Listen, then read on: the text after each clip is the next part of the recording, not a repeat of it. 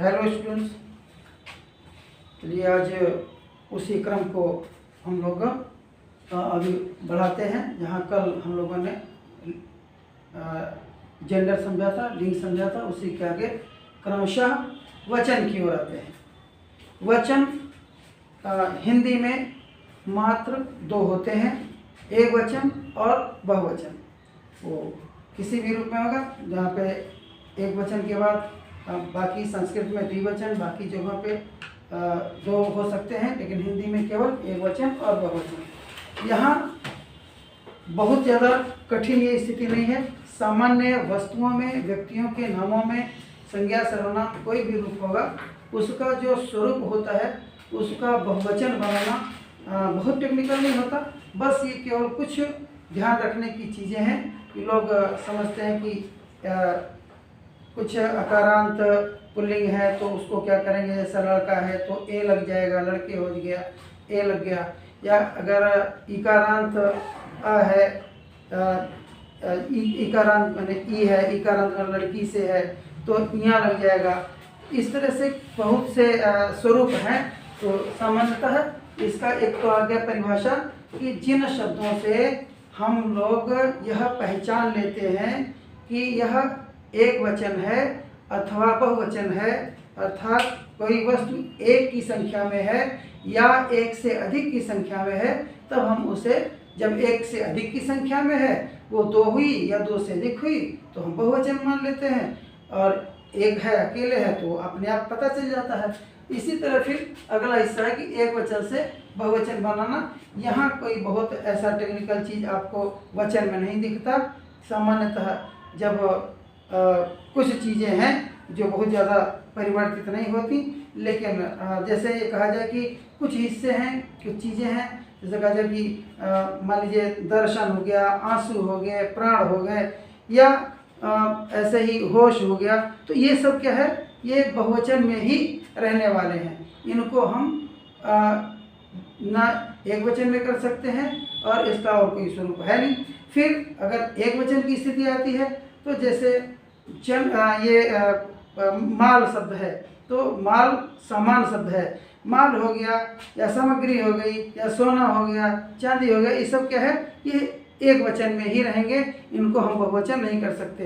तो कुछ चीज़ें हैं जिसको उसकी हम आप उसकी सूची देख सकते हैं, उसके क्रम देख सकते हैं। उसको यहाँ पर और कोई उसके तरीके ऐसे नहीं हैं कि जिसको यह समझा जाए। अब सोना से सोनाओं नहीं बनेगा, चांदी से चांदियों नहीं बनेगा, ठीक है ना। वो एक वचन है तो एक वचन रहेगा। प्राण है तो प्राणों की आहुति दे दी, शब्द प्रयोग लोग कर लेते हैं। जैसे शब्द कुछ हैं जो पहले से पता है, अनेक शब्द अपने आप में बहुवचन है, लेकिन अनेक को भी अनेकों करने वाले लोग मिलते हैं। तो यह गलती बनाने वाले बना लेते हैं, लेकिन व्याकरणिक दृष्टि से समझने का ही आधार है वहाँ पे कि कुछ वस्तुएं जो बदल सकती हैं, उनकी लिस्ट आपको देखनी पड़ेगी, वो उसी के आधार पर ही मिलेगा। ऐसा कोई सामान्य ट्रिक नहीं मिल पाता जिसके आधार पर हम वचन को क्लैरिफाई कर जाएं। तो मैंने बताया कि कुछ ही चीज़ें हैं। जब कहा गया कि इसे हस्ताक्षर है तो हस्ताक्षर अपने आप में बहुवचन शब्द है जिसको साइन कह रहे हैं, तो यहाँ पर इसको देखना है। और मालूम हो गया कि एक वचन से बहुवचन बनाने के लिए विभिन्न प्रकार के शब्दों का स्वरूप यह क्लियर है कि अकारांत है या इकारांत है। अब लोग ये जानते हैं कि लड़का है तो लड़के ही बनेगा। पिता शब्द का पिताओं नहीं हो सकता, क्योंकि पिता अपने आप में वो सर्वश्रेष्ठ है, पिताओं शब्द का नहीं होता। कई लोगों के पिता हो सकते हैं लेकिन वो बदलता नहीं है। इसलिए वचन में आपके बहुत ज़्यादा टेक्निकल नहीं, केवल ये जानना, और वहाँ पे ऑप्शन आपको मिलता है, वो आपको उसका भी एक मिल जाएगा, उसका सारा कंटेंट जो आप वहाँ से देख सकते हैं। वो केवल ध्यान रखने की बात है कि कैसे उसको चेंज कर लेते हैं, और कोई उसका नियम नहीं मिलता। फिर आगे देखते हैं कारक। यह कारक एक बहुत महत्वपूर्ण हिस्सा है। कारक अगर आप समझ रहे हैं तो यह सेंटेंस में भी काम करता है। जब आपको कई शब्द बना करके दिए जाएंगे, उसको एक क्रमबद्ध करना होगा, वहाँ भी काम करेगा। आप आगे जब समास पढ़ेंगे तो वहाँ भी काम करेगा। और ये हमेशा जीवन में इसके उपयोग से ये पता चलने लगता है कि हम क्या करें। तो परिभाषा कि जिन शब्दों का जिससे कोई संबंध स्थापित होता है, जो चिन्ह संबंध को स्थापित करते हैं उसे ही कारक कहते हैं। जो चिन्ह किसी व्यक्ति वस्तु से संबंध बताने का काम करते हैं, जिसकी प्राथमिकता दी जाती है, उसी के आधार पर इसकी परिभाषा रखी गई है। फिर भेद के रूप में जब आता है तो भेद इसके कारक के जितनी, ये चूंकि संस्कृत का हिस्सा है इसलिए यहाँ पर विभक्ति के साथ देखा जाता है। विभक्तियाँ क्या हैं? विभक्तियाँ एक से लेकर के प्रथमा कही जाती हैं। प्रथमा से लेकर के फिर अष्टमी, जिसको हम लोग संबोधन कह लेते हैं, अष्टमी तक ये चलता है। इसको विभिन्न रूपों में देखा जाता है।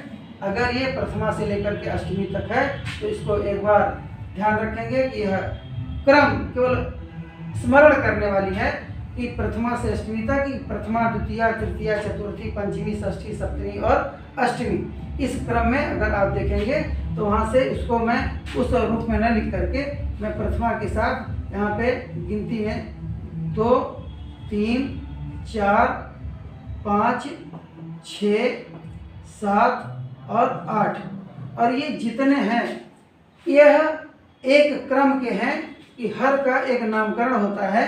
जैसे प्रथमा विभक्ति है तो इसमें होता है कर्ता कारक। कर्ता कारक मतलब जिस वाक्य में कर्ता की पहचान हो, कर्ता पर ही नियंत्रण हो, जिससे जिस वाक्य में कर्ता की प्रमुखता होती है उसे कर्ता कारक। दूसरा है यहाँ पे कर्म, जिसमें कर्म की प्रधानता हो, जिसमें क्रिया का परिणाम कर्म पर पड़ता हो, क्रिया का सीधा संबंध जिससे जुड़ता है उसी में कारक चिन्ह देखा जा रहा है। तीसरा आ जाता है करण कारक। करण का मतलब ये जिसके माध्यम से कोई काम होता है वह करण कारक कहलाता है। चतुर्थी आ जाता है यहाँ पे संप्रदान। संप्रदान का मतलब होता है जिसके लिए कुछ काम किया जाता है, जिसके संबंध में कोई काम किया जाता है, उसको संप्रदान कारक की श्रेणी में रखा गया है। अगला आ जाता है आपका अपादान। अपादान का मतलब है जो निश्चित एक स्थान है जहाँ से कोई चीज़ वो वहाँ से अलग हो रही है और निश्चित स्थान को इंगित करने वाला जो शब्द होगा उसे हम अपादान की श्रेणी में रखेंगे। छठवां हो जाता है संबंध, ठीक है ना। यहाँ संबंध का मतलब, ठीक है, जिस शब्द से किसी के संबंध, चाहे वस्तु का, व्यक्ति का, व्यक्तियों का संबंध, तो संबंध के लिए कुछ चिन्ह होते हैं। तो संबंध जोड़ने का, एक वस्तु से दूसरे वस्तु को जोड़ने का जो चिन्ह होता है उसे संबंध कारक की श्रेणी में रखा जाता है। और तीसरा है, सातवां है अधिकरण। अधिकरण का मतलब होता है जो आधार हो, जहाँ पर मुख्य केंद्र जहाँ पर हो, जहाँ से कोई कार्य हो रहा हो, किसी भी तरह का काम हो सकता है, जहाँ पे बेसिक आधार होगा उसको अधिकरण की श्रेणी में रखा गया। अगला हो जाता है संबोधन, ठीक है ना। जो बोलने वाला होगा, जो कहने वाला होगा, उसको हम संबोधन की श्रेणी में रखते हैं। तो यहाँ कर्ता मतलब जो स्वतंत्र हो, जो करने वाला हो, उसको हमने कर्ता कहा है। और यहाँ जिस में कर्म की प्रधानता पर जहाँ बल दिया जाता हो वहाँ कर्म की बात की गई। और यहाँ पर करण में जो साधन होता है, जो माध्यम होता है, उसको हम करण कारक की श्रेणी में रखते हैं। और यहाँ पे जहाँ जिसके लिए कोई काम होता है, जिसको देने की का माध्यम होता है, उसको हम संप्रदान की श्रेणी में रख देते हैं। फिर जहाँ से, आधार से, जिसको हम यहाँ पे जो ये निश्चित है, आधार यहाँ से अलगाव की स्थिति है, उसको जो निश्चित है वहाँ एक और अपनी जगह स्थिर रहेगा, बाकी चीज़ें अलग हो सकती हैं। जो स्थिर रहने वाली चीज़ है वह अपादान की श्रेणी में आ जाएंगी। संबंध बताया गया जो दो व्यक्तियों, वस्तुओं में जोड़ने का काम करेगा। अधिकरण का मतलब निश्चित आधार, जहाँ पर कोई काम हो रहा होगा वो अधिकरण हो गया। संबोधन कोई व्यक्ति, वस्तु, स्थान के नाम को जब इंगित करके पर्टिकुलर कहा जाएगा वो संबोधन हो जाता है। ये तो हो जाते हैं नामकरण। हर नामकरण के साथ एक चिन्ह निश्चित कर दिया गया है कि हम उसी से उसको पहचान लेते हैं।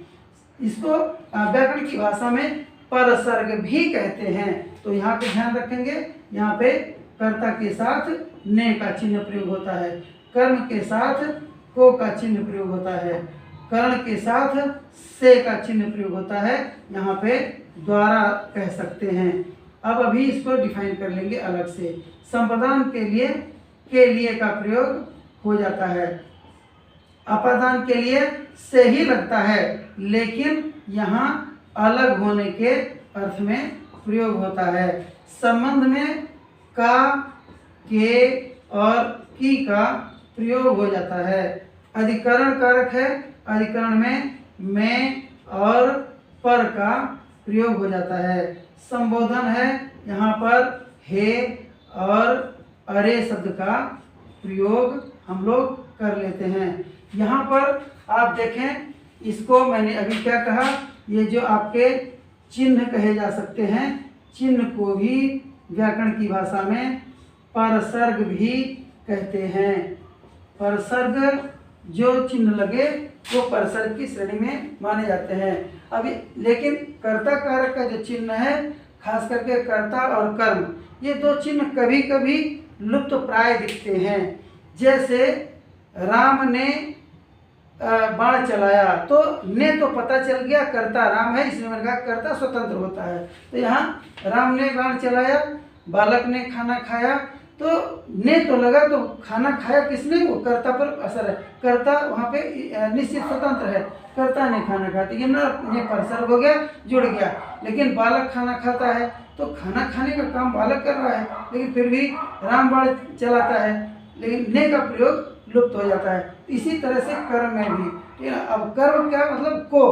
अब अगर कहा जाए कि बालक विद्यालय जाता है, तो बालक ने विद्यालय को जाने का काम किया, वो विद्यालय को जाता है, लेकिन बालक विद्यालय जाता है, को नष्ट हो गया। लेकिन अगर कहा गया, ठीक है ना, मोहन ने सोहन को मारा, तो ने भी परसर्ग लगा और को भी परसर्ग लग गया। तो कहीं कहीं दिखता भी है, कहीं कहीं नहीं दिखता है। लेकिन फिर अगर आपसे इस तरह के एग्जाम में प्रश्न आते हैं कि इसको ध्यान रखना है कि कभी कभी इस निश्चित सेंटेंस में अंडरलाइन करके क्या कौन सा, या इस वाक्य में कौन सा कारक है। तो वाक्य में अगर लिखा गया कि बालक विद्यालय जाता है, तो कर्म का प्रभाव, जो जाने का प्रभाव किस पर पड़ रहा है, विद्यालय पर। विद्यालय जाना है, बालक जाता है लेकिन विद्यालय जाता है, इसलिए क्रिया का प्रभाव जिस पर पड़ा उसको हम कर्म कहते हैं। जो अभी आगे इसको थोड़ा सा और अगर क्लियर कर लें तो बाद में तो कम भी करना पड़ेगा। इस तरह से जाने कि एक अकर्मक सकर्मक की तरह से क्रिया, कि जब कर्म होगा, जो सकर्मक होगा वाक्य, वह इस कर्म की श्रेणी में आता है। फिर करण कारक। करण कारक का मतलब कि जो माध्यम है, जिसके माध्यम से काम किया गया। अगर यहाँ पर जैसे एकाध कहा जा रहा है कि बालक ने मोहन को डंडे से मारा, तो ने का प्रयोग हो गया, को का प्रयोग होगा, से का प्रयोग होगा। डंडे से मारा माने माध्यम, क्या है मारने का, डंडा है। हाथ से मारा, हाथ है, ठीक है ना। तो ये जो भी माध्यम होगा वो द्वारा। अब इसके लिए और भी जैसे प्रयोग किया जाए कि किसी के द्वारा बनाया गया, तो तुलसी के द्वारा लिखा हुआ, तो द्वारा तुलसी के द्वारा लिखा हुआ, या राम से पूछा हुआ, तो पूछा हुआ तो अलग हो जाता ना, अलग। लेकिन से यहाँ क्या है, द्वारा। जहाँ से द्वारा का प्रयोग होता है, जहाँ साधन का प्रयोग होता है, इसको हम साधन की श्रेणी में भी लिख सकते हैं। तो ये हो जाएगा आपका करण।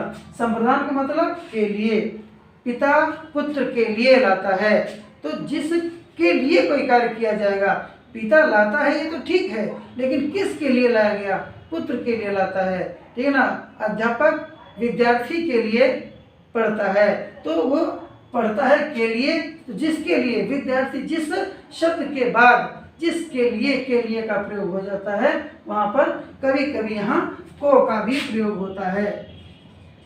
ये को आप कहेंगे कि यहाँ भी तो प्रयोग हुआ, लेकिन यहाँ भी प्रयोग हो रहा है। तो यहाँ प्रयोग होता है कर्म के प्रभाव जिस पर पड़ते हैं, लेकिन यहाँ क्या होता है, जब किसी को देने लेने की भी बात आ जाती है तो भी यहाँ पर को का प्रयोग हो जाता है। जैसे किसान गाय को चारा देता है, तो किसी को देने के लिए किसान गाय को चारा देता है, गाय के लिए कार्य किया जा रहा है, इसलिए यहाँ पे को, तो वो भी अगर लगा कि किसान गाय को चारा देता है तो गाय को जो लगा है वो किसी के लिए किया जा रहा है। जब किसी के लिए किया जा रहा है तो वो संप्रदान कारक में चला जाता है। जिसके लिए कुछ किया जाएगा वो संप्रदान कारक। अपादान कारक का मतलब से अलग की स्थिति में, स्टेशन से गाड़ी चली गई, भैया घर से चले गए, ठीक है ना, अध्यापक स्कूल से चले गए, मैं विद्यालय से घर आ गया, ये जहाँ से अलगाव हो जाएगा यहाँ पे अलग होने के अर्थ में वो से का चिन्ह लगेगा। अब दोनों से को ध्यान रखेंगे, एक से द्वारा, एक से अलग होने के लिए। कलम से लिखता है, घर से चला गया, कलम से लिखता है कर्ण कारक, घर से चला गया अपादान कारक। यहाँ पे विद्यालय को जाता है कर्म कारक, और गाय को देता है तो संप्रदान कारक। इस तरह से आपको ये भी चिन्ह को ध्यान रखना पड़ेगा। फिर आता है संबंध कारक। का के की, मोहन का घर, मोहन की किताब, मोहन के साथ, किसी के साथ। तो ये जब का के की का प्रयोग हो जाएगा तो किसी के साथ की बात जब की जाती है दो लोगों के साथ, किसका घर, मोहन का घर, किसकी किताब, मोहन की किताब, किसके साथ, मोहन के साथ। तो ये किसी के साथ की बात जब आ जाएगी, जिसके साथ का संबंध होगा वो का के की लगेगा। यहाँ पर उसको कहते हैं संबंध जोड़ने का। फिर आ जाता है अधिकरण और में पर लगता है। अधिकरण मतलब आधार, जहाँ पर कोई चीज़ बेसिक जहाँ पे रखी हो उसी में जब में और पर का प्रयोग हो। घर में बालक बैठा है तो में का प्रयोग हो गया। मैं घर में बैठा हूँ तो घर में हो गया, घर में ये अधिकरण कारक हो गया। अगर यही लिखा है कि बालक घर में बैठा है, अब पूरे वाक्य में और कुछ नहीं, अब बालक ने घर में बैठा है तो हो नहीं सकता, तो ने वहाँ चिन्ह प्रयोग नहीं होगा। लेकिन बालक घर में बैठा है तो में कारक चिन्ह के कारण आपसे अगर सेंटेंस पूछा गया ये का किस कारक का वाक्य है तो आपको कहना पड़ेगा अधिकरण कारक का। चिड़िया पेड़ पर बैठी है, मैं सड़क पर चलता हूँ तो सड़क पर हो गया। जहाँ आधार पर चलता हूँ, छत पर नहीं चल रहा हूँ, ठीक है ना, यहाँ पर सड़क पर चल रहा हूँ, गली में नहीं चल रहा हूँ। तो जो निश्चित आधार जो है उस आधार को जब जहाँ पर ये चिन्ह आधार के साथ जब जुड़ जाते हैं वो में पर का प्रयोग हो जाता है। ये सामान्य ढंग से आपके कारक हैं। ये वाक्य में, आपको परीक्षा में, एग्जाम में इसी तरह से आने वाले हैं कि आपको सेंटेंस लिखा होगा, कारक चिन्ह का प्रयोग होगा, या यह भी लिखा जा सकता है कि यह चिन्ह किस कारक में प्रयोग होता है। इसके साथ विभक्ति भी पूछी जा सकती है कि संप्रदान कारक किस विभक्ति का हिस्सा है। तो यहाँ पे कोई प्रथमा, द्वितीय, तृतीय, चतुर्थी, पंचमी, षष्ठी, सप्तमी और अष्टमी का नाम लिखना पड़ेगा। ये आप ध्यान रखेंगे तब ये कारक। और अगर ये कारक आपके लिए समझ में आ गया है तो मैंने कहा आपके लिए समास थोड़ा इजी हो जाएगा। अगर ये ध्यान रखेंगे तो याद हो सकता है, और याद होगा क्यों नहीं, ऐसा सोचने की जरूरत नहीं है। तो ये आपका हो गया कारक, ठीक है। तो इसकी पहचान के लिए मैंने बताया कि जो पहचान है ये बिना इन चिन्हों के नहीं जाना जा सकता। अब इसके लिए बिल्कुल एक क्लू बना लीजिए कि प्रथमा व्यक्ति कर्ता कारक चिन्ह ले, द्वितीय व्यक्ति कर्म कारक चिन्ह को, तृतीय व्यक्ति कर्म कारक, ये आपको ध्यान रखने पड़ेंगे। और उसी के आधार पर, चिन्ह के आधार पर दो जगहों पर आपको कोई कठिनाई आने की स्थिति दिखती है, एक यहाँ पे और फिर एक यहाँ से। तो इनको हम ध्यान रखेंगे और कहीं कोई कठिनाई की स्थिति नहीं है। फिर हम आगे बढ़ते हैं अब अगले टॉपिक की ओर, जो है आपका ये सर्वनाम। संज्ञा के साथ सर्वनाम की बात होती है, लेकिन कल संज्ञा की चर्चा हुई तो संज्ञा के साथ उसको नहीं देखा गया, क्योंकि संज्ञा के साथ मैंने आपको और भी चीज़ों की बात जोड़ दी थी। तो यहाँ पे आप अब सर्वनाम देखें। तो सर्वनाम क्या है? सर्वनाम जैसे संज्ञा कल बताई गई कि संज्ञा के मुख्य 3 भेद होते हैं, वही जो चीज़ें संज्ञा होती हैं उसी के बदले जो भी कुछ पूछा जाए, कुछ कहा जाए, कुछ बताया जाए, वो सब क्या है? सर्वनाम की श्रेणी में आता है। इसकी परिभाषा क्या है भाई? कि जो संज्ञा के बदले शब्द बोले जाएंगे उसे हम सर्वनाम कहते हैं। अगर संज्ञा में मोहन, कुर्सी और ठीक है ना ऐसे ही मुंबई बोला गया, दिल्ली बोला गया, तो हमको क्या करना है, उसी की जगह मोहन की जगह वह है, ठीक है ना। और ऐसे ही पुस्तक की जगह ठीक है ना वो किताब यह, और शहर की जगह गोरखपुर की जगह शहर की जगह वह, यहाँ वहाँ, इस तरह की मतलब यह वह मैं तुम शब्द का प्रयोग इधर उधर, कोई कुछ कहीं गया, गोरखपुर गया या अमेरिका गया तो क्या कुछ कहीं गया, इस तरह के जब शब्द के प्रयोग हो जाते हैं तब वहाँ पे उसको कहते हैं सर्वनाम। मतलब संज्ञा के बदले बोला जाने वाला हर शब्द सर्वनाम कहलाता है। इसके भेद मुख्यतः 6 बताए गए, 6 इनके भेद किए गए।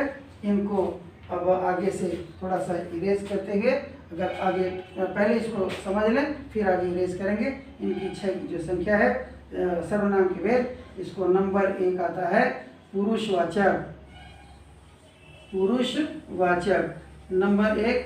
फिर ऐसे ही क्रम में आ जाएगा, बदले भी जा सकते हैं, लेकिन आपका आ जाता है निश्चयवाचक, ठीक है, निश्चयवाचक। फिर अगला आ जाएगा अनिश्चयवाचक, अनिश्चयवाचक हो गया, और नंबर आगे आ गया, ठीक ना। ऐसे ही संबंधवाचक, संबंधवाचक के साथ फिर आगे जाता है प्रश्नवाचक, प्रश्नवाचक के साथ फिर अंतिम आ जाता है निजवाचक, निजवाचक शब्द इस तरह से आ गए। ये आपके 6 भेद हो जाते हैं। पुरुषवाचक ही ऐसा हिस्सा है जो थोड़ा महत्वपूर्ण दिखता है, यहाँ यह प्रयोग सबसे अधिक होता है। पुरुषवाचक का मतलब है, इसमें आप ये जानें कि जो बोलने वाला होता है, जो कहने वाला होता है, वह इसको 3 श्रेणी में पुरुष को रखा गया। थोड़ा सा यहाँ पे हम इसको आगे से खाली कर लेते हैं जगह, आप इसको देखते रहें। पुरुषवाचक को हम 3 भागों में बांट सकते हैं। ऐसे ही नंबर 1 कर लेंगे प्रथम पुरुष या अन्य पुरुष, प्रथम भी लिख सकते हैं और अन्य भी लिख सकते हैं। इसको और स्पेस देना पड़ेगा मुझे, क्योंकि आपको हो सकता है क्लियर न दिख रहा हो, तो स्पेस देना पड़ेगा। लिखते हैं और ठीक से,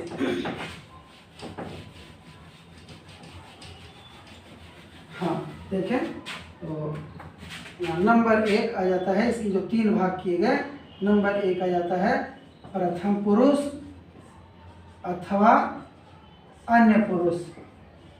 दूसरा हो जाता है मध्यम पुरुष, मध्यम पुरुष, ठीक है। तीसरा आ जाता है उत्तम पुरुष। तो ये 3 पुरुष की श्रेणी में आ जाते हैं। अब तीनों की पहचान में भी एक एक शब्द निर्धारित किए गए। यहाँ पे वह, वे, ठीक है ना, शब्द का प्रयोग हो सकता है। यहाँ तुम, तुम्हारा, ठीक है ना, ये शब्द का प्रयोग हो सकता है। यहाँ पे आपका भी प्रयोग हो सकता है, लेकिन आप कहीं आगे और देखना पड़ेगा। उत्तम में मैं का प्रयोग और हम का प्रयोग, ठीक है ना, हमारे, ये शब्द प्रयोग हो सकते हैं। तो यहाँ ध्यान रखना है कि पुरुषवाचक सर्वनाम सबसे अधिक प्रयोग होता है। प्रथम पुरुष का मतलब वह, वे, उनको आदि का प्रयोग होगा। वह खेलता है, वह देखता है। तो यह हो गया कि वह क्या है, यह सर्वनाम है, और सर्वनाम का पुरुषवाचक सर्वनाम है, और पुरुषवाचक सर्वनाम में प्रथम पुरुष का सर्वनाम। लेकिन जब तुम शब्द का प्रयोग हो गया तो पुरुषवाचक सर्वनाम के साथ मध्यम पुरुष का शब्द हो जाता है। जब मैं का प्रयोग हुआ तो अब ये कभी कभी जैसे कहा गया कि इसको हम कैसे पहचान लें कि ये कौन किस पुरुष में है।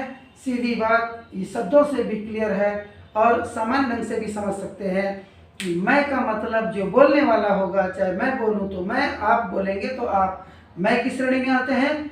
फिर जो सुनने वाला होता है, जो सामने होता है, जिससे कहा जा रहा होता है, वो तुम की श्रेणी में, आपकी श्रेणी में होता है। और जिसके बारे में चर्चा की जाती है, जो पर्दे में नहीं होता है, वह अन्य के रूप में देखा जाए, चाहे प्रथम के रूप में देखा जाए, तो यह आ जाता है। अब यहाँ पर कभी कभी पूछा जाता है कि ये पुरुषवाचक सर्वनाम है या कौन, पुरुषवाचक सर्वनाम छांट कर लिखिए, ठीक है। ऐसे ही मध्यम पुरुष का सर्वनाम कौन है, तो मध्यम पुरुष के सर्वनाम में आपको देखना पड़ेगा तुम, तुम्हारा, तुम्हारे, तुम्हारी, तुमसे, तुमको, जो भी इस तरह के शब्द मिलेंगे, अर्थात दूसरे को जिसको कहा जाएगा उस रूप में, और वही स्थिति यहाँ पर उत्तम के साथ भी दिख सकती है। फिर अगला आ जाता है निश्चयवाचक। निश्चयवाचक का मतलब होता है ऐसा शब्द जो किसी निश्चित जगह को संकेत करता हो। वह सर्वनाम यहाँ पर भी वही साथ प्रयोग हो सकता है, जैसे यह लड़का, यह आदमी, वह घर। तो यह घर, वह घर निश्चित कर दिया गया, यह घर या वह घर। अब यह वह घर आदमी, वह लड़का, तो वह लड़का शब्द प्रयोग करने के बाद गलत आपको लग सकता होगा कि यहाँ पे वो निश्चय करे, लेकिन वह लड़का घर आया है, तो निश्चित किसी व्यक्ति को बता दिया गया कि वह लड़का घर आया है, इसलिए वहाँ पे ये क्या हो जाएगा, निश्चयवाचक की श्रेणी में आ जाता है। यह वह जैसे ही दिखा किसी में, यह आदमी, यह घर, तो क्या हो जाएगा, निश्चयवाचक हो जाएगा। फिर अनिश्चय का मतलब जब कोई और कुछ, दरवाजे पर कोई खड़ा है तो क्या हो जाता है, निश्चित नहीं है। इस नाते कोई जो है, या पानी में कुछ गिर गया है, तो ये क्या हो गया, ये अनिश्चयवाचक की श्रेणी में आ जाता है।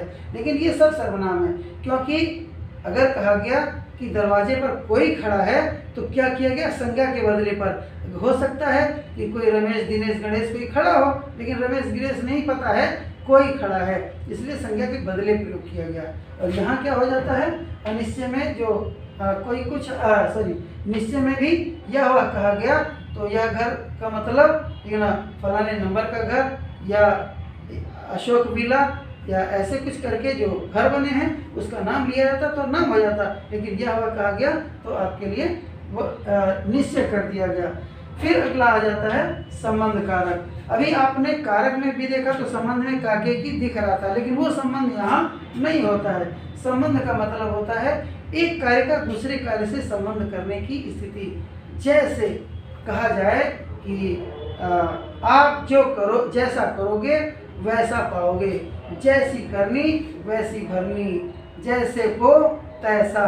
तो ये जैसा तैसा, ऐसा वैसा, जैसा किया वैसा किया, जो सो, है ना, ऐसा को तैसा, तो ये शब्द क्या आ जाता है, इसको संबंध की श्रेणी में रखते हैं। जैसा करोगे वैसा पाओगे, तो ये ऐसा वैसा जैसा कैसा, तो जो शब्द आएगा उसको हम संचित, तो आप निश्चय की श्रेणी में क्या रखेंगे, यह रखेंगे और वह रखेंगे। यानी यहाँ भी रख सकते हैं और वहाँ भी रख सकते हैं। यहाँ बैठो या वहाँ बैठो, तो निश्चित कर दिया गया ना, इसलिए वो निश्चित। और अनिश्चय में क्या आ जाता है, कोई और कुछ का प्रयोग हो जाता है। फिर अगला संबंध ये बता दिया गया कि जो और सो का प्रयोग किया गया। जो करोगे सो पाओगे, जैसा करोगे वैसा पाओगे, ठीक ना, जैसा के साथ वैसा का प्रयोग दिखने लगा, तो ये आ जाता है। अब प्रश्नवाचक में कोई कठिनाई आपको शायद नहीं है, ठीक ना, क्या किसे किसको जिस सेंटेंस में लगा, ठीक है ना। अब क्या अगर कहा जाए कि क्या खा रहे हो, देखा तो जा सकता था कि रोटी खा रहा है, फल खा रहा है, कुछ खा रहा है, लेकिन क्या खा रहे हो, ठीक है ना। अब अगर दिया गया अच्छी चीज़ खाने को, अब मुझे कैसा लग रहा है, तो मीठा लगना चाहिए, मीठा दिए तो मीठा लग रहा होगा, लेकिन पूछा गया कैसा, तो उसको कहते हैं प्रश्नवाचक सर्वनाम की श्रेणी में रखते हैं। क्या, कैसा, क्यों, तो प्रश्नवाचक ही है, वो जो क्या क्यों कैसे है वो प्रश्नवाचक की श्रेणी में है। अगला ये है एक निजवाचक। निजवाचक में अभी आपको जब मैंने बताया कि यहाँ पर ये जो आप शब्द का प्रयोग है, ये आप निश्चित रूप से आप कहेंगे कि पुरुषवाचक में आ सकता होगा, लेकिन यह आप ये निजवाचक में के साथ भी जुड़ जाता है। काम अपने आप हो गया, मोहन अपने आप चला गया, कलम अपने आप गिर गई, मैं स्वयं से करता हूँ। तो मैं तो सर्वनाम है ही, मेरे साथ जुड़ा हुआ है, लेकिन स्वयं से मैं स्वयं चला गया। ये स्वयं शब्द जो है ये कहाँ जा रहा है? ये आपका निश्चित रूप से ये निजवाचक को इंगित कर रहा है। ये निजवाचक के लिए मैं स्वयं करता हूँ, अपने आप हो गया। तो अपने आप जो शब्द है ये क्या है? ये निजवाचक की श्रेणी में आता है। यहाँ भी क्या, कैसे का प्रयोग हो जाएगा और यहाँ पर निज के साथ क्या हो जाएगा? आप, ठीक है ना, स्वयं, ऐसे ही खुद का प्रयोग भी हो सकता है। तो इसको हम निज की श्रेणी में रखते हैं। इसी के साथ थोड़ा सा एक और समय जोड़ते हुए इसको देखते हैं, हम लोग विशेषण की ओर भी बढ़ने का प्रयास करते हैं। मुझे लगता है और इस यहाँ तक आपको थोड़ा सा समझ में आया होगा। आगे आपको के लिए समय के अभाव को देखते हुए थोड़ी गति से चलना पड़ रहा है, वरना और कुछ भी बहुत बढ़िया हो सकता था, वैसे है सब अच्छे। तो आपके प्रयास में अगला हिस्सा आपके लिए विशेषण। विशेषण की परिभाषा आप ध्यान रखेंगे कि विशेषण क्या है? किसी संज्ञा, सर्वनाम, किसी व्यक्ति, वस्तु, बात वही है जो संज्ञा सर्वनाम में देखा गया, उसकी जिसकी विशेषता कोई शब्द बताता है वही विशेषण कहलाता है। किसी व्यक्ति, वस्तु, स्थान की विशेषता बताने वाले शब्द को ही विशेषण कहते हैं, और जिसकी विशेषता बताई जाती है उसे विशेष कहते हैं। तो विशेषण की परिभाषा क्या है? जो शब्द किसी व्यक्ति, वस्तु, स्थान, गुण, दशा आदि के की विशेषता बताए वह शब्द विशेषण है, और जो जिसकी विशेषता बताए वह विशेष्य है। इसके भी मुख्य रूप से आपके भेद जो किए गए हैं उसको भी ध्यान रखेंगे, किसको आप विशेषण के यहाँ से हटा लेंगे तो थोड़ा सुविधा से बताने में आसानी रह जाएगी। देखते हैं, ये विशेषण के भेद, मुख्य विशेषण के 4 भेद हैं। ये जो आपके भेद हैं ये 4। नंबर 1 गुणवाचक, ठीक है, गुणवाचक विशेषण आ जाता है। फिर दूसरा आ जाता है संख्यावाचक,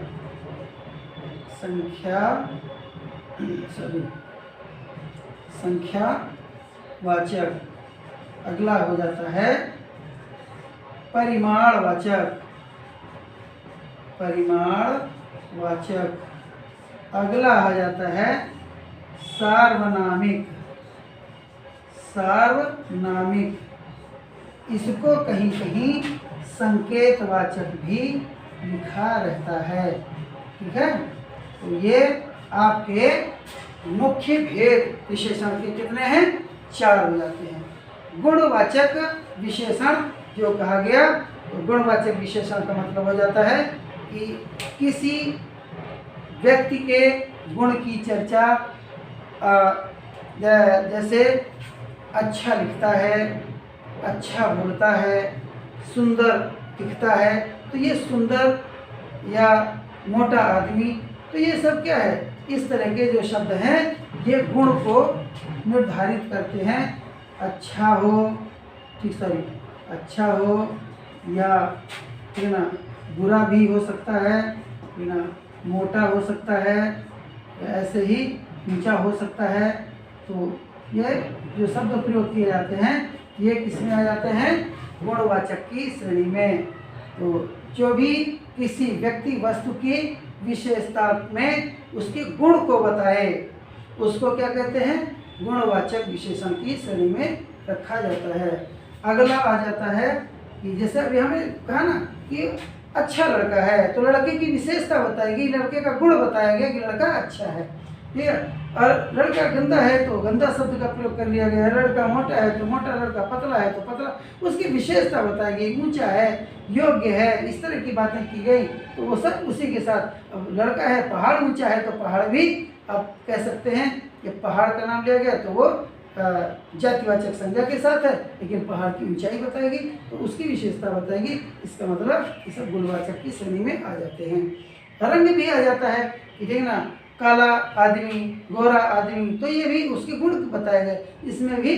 तो ये सबसे ज़्यादा इसी पर फोकस करना होता है, इसको ध्यान रखेंगे तो काम चल जाएगा। यहाँ पर देखना, आकार, प्रकृति, रंग, गुण, दशा सबका प्रयोग होता है। संख्यावाचक में क्या होता है? संख्यावाचक में किसी व्यक्ति वस्तु की संख्या का निर्धारण होता है। वहाँ पर विशेषता बताई जाती है। जैसे कहा दिया गया 5 आदमी, 4 फल, तो उसकी विशेषता बताएगी कि उसकी कितनी संख्या है। लेकिन संख्या में भी एक निश्चित संख्या और एक अनिश्चित संख्या भी होती है। 4 फल, थोड़े फल, कुछ फल, ठीक है ना, ये संख्या में आ जाते हैं। 4 आदमी, कुछ लोग, कुछ आदमी, एक कलम, कुछ कलम, तो वो जो संख्या में कुछ लगा तो अनिश्चित संख्या हो गई, लेकिन निश्चित कर दिया गया तो निश्चित संख्या। इसके भी 2 पार्ट कर दिए गए, निश्चित और अनिश्चित। यही स्थिति परिमाण में होती है। परिमाण में भी 2 हिस्से होते हैं, निश्चित और अनिश्चित के। परिमाण का मतलब होता है उसका नापतोल, उसका पैमाना। तो अगर कहा गया निश्चित परिमाणवाचक कि 1 लीटर दूध, 2 लीटर दूध, ठीक ना, 1 मीटर कपड़ा, 2 मीटर कपड़ा, तो ये आ जाता है परिमाण का निश्चित रूप, ठीक है ना। और दूसरा आ जाता है अनिश्चित रूप, कुछ कपड़ा, थोड़ा दूध, थोड़ा सा तेल, थोड़ा सा सोना, तो ये आया। लेकिन 1 तोला है तो निश्चित कर दिया गया। ये परिमाणवाचक का मतलब हो जाता है जहाँ पर किसी चीज़ जो नापतोल वाली वस्तु होगी, कोई भी वस्तु नापतोल वाली जो होगी, उसी की परिमाण माने नाप जहाँ पे हो सके वो परिमाण की श्रेणी में आ जाता है। अगला आ जाता है सार्वनामिक। सार्वनामिक विशेषण में आप ध्यान रखेंगे कि सर्वनाम, आप सर्वनामिक में सर्वनाम दिखाई दे रहा है, और सर्वनाम क्या है? सर्वनाम का मतलब जो संज्ञा के बदले बोला जाता है, और संज्ञा के बदले में यह वह बोला जाता है। तो जब कहा गया किसी व्यक्ति संज्ञा को, कि मान लीजिए घोड़ा लिखा गया है, घोड़ा, ठीक ना, अच्छा है, यार सॉरी, घोड़ा बड़ा है, तो बड़ा भी हो गया, लेकिन यहाँ पे विशेषता तो आगे है, लेकिन इसको आगे जब जोड़ देंगे कि वह घोड़ा बड़ा है, तो यह तो विशेषता है, लेकिन जो यह सब जो पहले संज्ञा के ठीक पहले अगर प्रयोग हो जाता है तो उसे हम सार्वनामिक की श्रेणी में रखते हैं। तो सार्वनामिक का मतलब कि वही संज्ञा या सर्वनाम जब किसी संज्ञा से ठीक पहले जुड़ जाएगा तभी वो सार्वनामिक विशेषण के रूप में आता है। एक चीज़ और होती है, विशेषण को कहीं प्रविशेषण भी एक हिस्सा है, उसको भी थोड़ा ध्यान रखेंगे।